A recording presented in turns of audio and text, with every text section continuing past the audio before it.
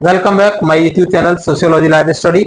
और आज की क्लास में हम डिस्कस करेंगे जो हिंदू विवाह है उसके उद्देश्य क्या हैं, प्रमुख उद्देश्य क्या हैं हिंदू विवाह के। ठीक है, objectives of Hindu marriage in Indian society. तो देखो, इसमें सबसे पहले जो इसका उद्देश्य आता है वो है धार्मिक कर्तव्यों की पूर्ति।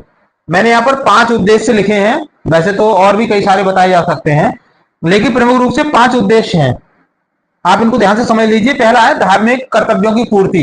धार्मिक कर्तव्यों की पूर्ति से यहां पर मतलब है कि जब व्यक्ति इस दुनिया में आता है तो उसके प्रति कई सारे जिम्मेदारियां होती हैं। उन जिम्मेदारियों को पूरा करने के लिए वो उसके ऊपर कई सारे ऋण होते हैं। आप जैसे जानते होंगे, जैसे एक होता है देव ऋण, एक होता है पितृ ऋण, पितृ ऋण, एक होता है इसी तरीके से ऋषि ऋण, ऋषि ऋण, ऐसे ही होता है एक भूत ऋण। तो इस तरीके से वो व्यक्ति इन सबका ऋणी रहता है। तो उस ऋण को उतारने के लिए उसको क्या चाहिए, मतलब उसको विवाह अनिवार्य है। जब तक वो विवाह नहीं करेगा तब तक वो संतान की उत्पत्ति नहीं कर सकता, और संतान की उत्पत्ति नहीं करेगा तब तक वो उन ऋणों से उऋण नहीं हो सकता।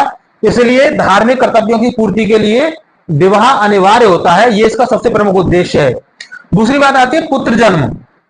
आप जानते होंगे, व्यक्ति की मृत्यु के बाद में उस व्यक्ति के लिए अंतिम संस्कार के समय मुखाग्नि पुत्र के द्वारा देने का विधान किया गया है।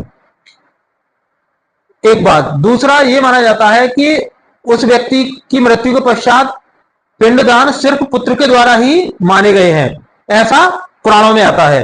तो उसकी पूर्ति के लिए भी पुत्र जरूरी होता है, और पुत्र को उत्पन्न करने के लिए विवाह जरूरी है। ऐसा नहीं है बिना विवाह के आप पुत्र उत्पन्न कर लें। तो ये प्रमुख उद्देश्य होता है दूसरा, पुत्र जन्म। तीसरा है उद्देश्य रति। देखिए, रति को कई बार जो वही बात आती है, संकुचित जो अवधारणा है उसमें इसको काम वासना से जोड़ के देख लिया जाता है। रति काम वासना से मतलब नहीं है।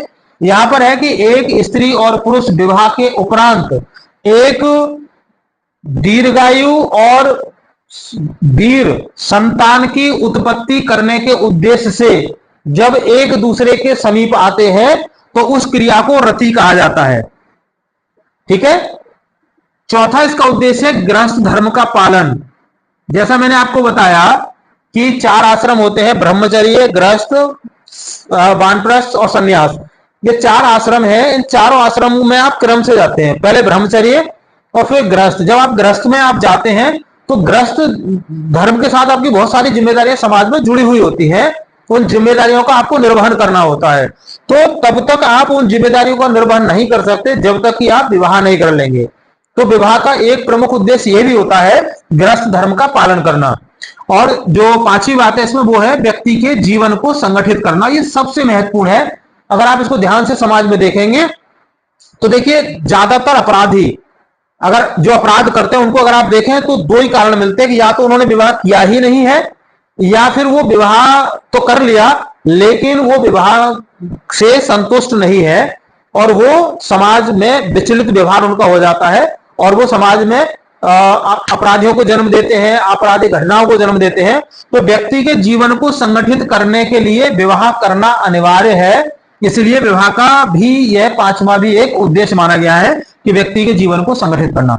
मुझे लगता है कि आपको कंप्लीट ये 5 जो उद्देश्य है प्रमुख रूप से याद करने में भी ज्यादा बड़ी बात नहीं है, आसानी से आप याद कर सकते हैं। तो आज की क्लास में बस इतना ही। मिलते हैं अगली क्लास में। जुड़ने के लिए थैंक यू। और अगर आप चैनल पर नए हैं तो सब्सक्राइब कर लीजिए।